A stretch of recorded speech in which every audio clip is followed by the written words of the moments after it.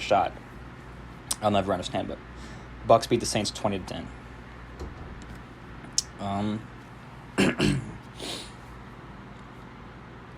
Let's see here. Lions and Commanders. The Detroit Lions, they come out. Carson Wentz, 337, 3 touchdowns, 1 pick. But the Detroit Lions, Jared Goff, 20 of 34, 256, and 4 touchdowns. That was a great stat line for Jared Goff. Amon-Ra St. Brown, 9 receptions, 116 yards, and 2 touchdowns. Just overall, great win for the Lions, who are my sneaky pick wildcard team. It's them and it's the Miami Dolphins, my 2 sneaky picks for the wildcard spot. Detroit Lions and the Miami Dolphins. 49ers and Seahawks. This is always a great rivalry, great game, but not yesterday. It was not a great game. Trey Lance goes down early with a season-ending, I believe, a broken ankle. And I guess a good thing for the Niners that they re-signed Jimmy G, because they have a Super Bowl winning roster and they don't have a quarterback right now. So their quarterback goes down with an injury.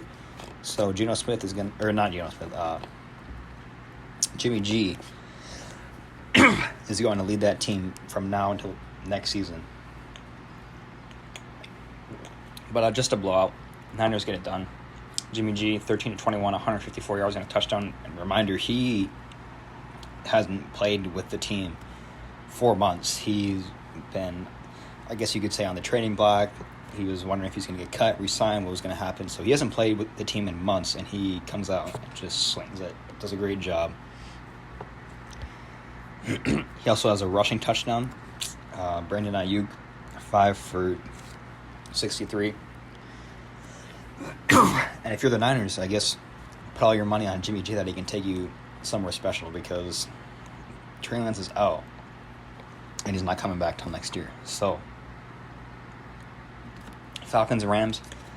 The Atlanta Falcons almost break the curse. They are down, I believe they were down 20. They were down 28-3 in the fourth quarter.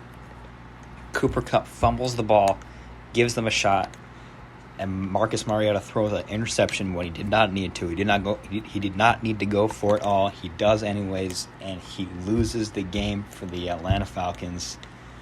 Such a heartbreak, because I feel for the Falcons. I just want them to do good.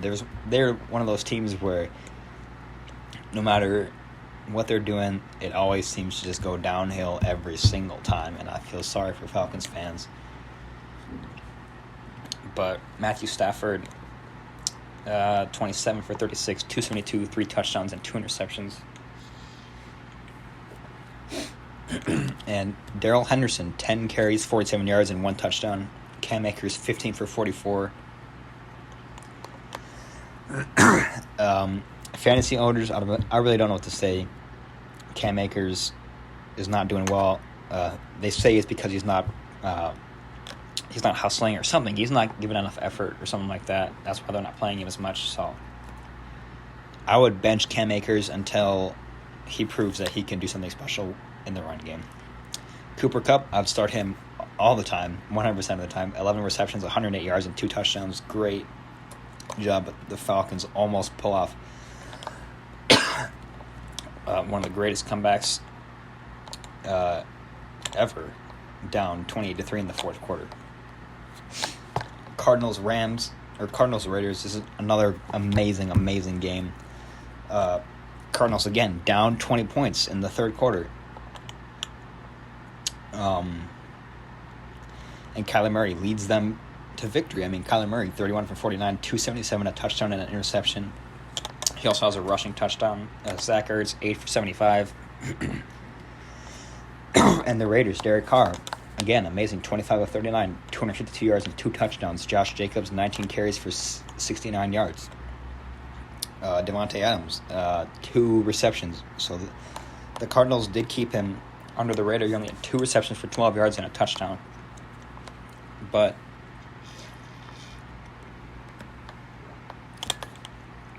I mean, the Raiders, how do you let you just can't, These like late game comebacks this week are insane. Kyler Murray needs a touchdown. He is so elusive. There was one play where it was a 20-second play where he just kind of scrambled and scored a touchdown. Another play at the end of the game. He needs a touchdown. He runs around, scrambles, runs right in for the touchdown. They need a 2-point conversion. He stays loose, stays around, directs traffic, and throws a dart to AJ Green for the 2-point conversion. And then OT hits. It's just crazy what Kyler Murray can do for your offense. And the fact that the Arizona Cardinals signed him, I think, is a great thing for the future of that organization. Then OT comes. Cardinals get it. They drive. They stall. Punt into the Raiders. The Raiders are driving. Hunter Renfrow breaks it, gets a screen pass, breaks a tackle, and then fumbles the football, and the Arizona Cardinals pick it up and run it all the way back for a touchdown, winning the game. A crazy, crazy, crazy game. Super fun to watch. But Cardinals get it done in week 2. Texans Broncos. Now, you all know I'm a huge Broncos fan, and I am nervous about the season. Russell Wilson, 14 of 31, 219 yards and touchdown and an interception. I will give him the benefit of the doubt. We had receivers go down. Jerry Jeudy's hurt. Tim Patrick was hurt at the beginning of the season. KJ Hamler was out for this game. So we did not have the passing game that everybody thought we would have in this game. But Javonte Williams, 15 for 75. Melvin Gordon, 10 for 47. And this is one of the best running back tandems in the league, and we have to give them the ball more. Whether it be screenplays, run plays, receiving, whatever it is, we have to give our running backs the football, especially in goal-to-go situations, which we haven't been. I know the first week we fumbled twice at the goal line, but that is such a rarity. And I give credit to the Texans. They shut us out most of the game. And in the fourth quarter, we finally scored a touchdown. But I'm nervous for Nathaniel Hackett, his coaching strategy, his ability to coach under pressure, his time management. I'm nervous for the rest of the season. In fact, Davis Mills, 19 to 38 and 177. Not much to say about the Texans, 3 field goals. But I'm nervous for the rest of the season for the Denver Broncos. Bengals, Cowboys. Bengals, in the offseason, got talent on the offensive line. It does not look like it. Again, how much is that on Joe Burrow for not getting the ball out faster and trying to extend plays? But the offensive line has got to do better than that. You're losing to Cooper Rush and the Dallas Cowboys. That just should not happen. Bengals got Dallas Cowboys come out with a win, 20-17. And the Sunday night game, the Chicago Bears and the Green Bay Packers.